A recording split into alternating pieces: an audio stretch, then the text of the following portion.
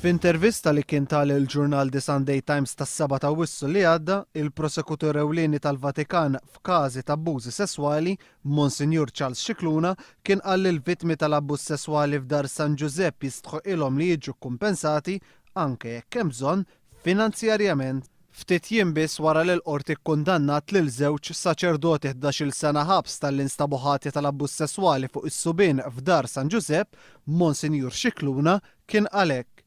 Ħeġġeġt lill-avukat tagħhom Patrick Valentino biex permezz tal-qorti ċivili jitlob kumpensa d-danni li sofrew it-tfal. Naħseb illi għandhom kull dritt.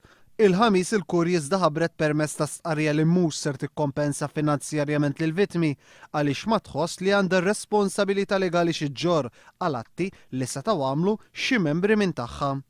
B'reazzjoni għal dan il-vittmi qalu li ser ikunu qed jieħdu l-każ tagħhom il-qorti u skont il-ġurnal L-Orizzont huma ħabbru li ser jiskomunikaw lilhom infushom. Dak li għamlet il-Kurja ta' Malta jekk kontrasta bil-kbir ma' dak li għamlu djoċesi oħra barra minn pajjiżna. 3 xhur biss ilu f'Ġunju li għadda l-Knisja Kattolika fl-Olanda kienet ingħatat parir biex tikkumpensa minn 5,000 sa 100,000 euro lill-att ta' vittmi ta' abbużi sesswali. Il-konferenza tal-isfijiet fl-Olanda kienu nataw dan il-parir minn kummissjoni indipendenti wara li kienu ħarġu fil-beraħ qatt ta' każijiet ta' abbużi sesswali. L-istess kummissjoni kienet kwantifikat kemm għandu jkun il-kumpens għall vittma li jvarja bejn abbuż sesswali, stupru u każi eċċezzjonali.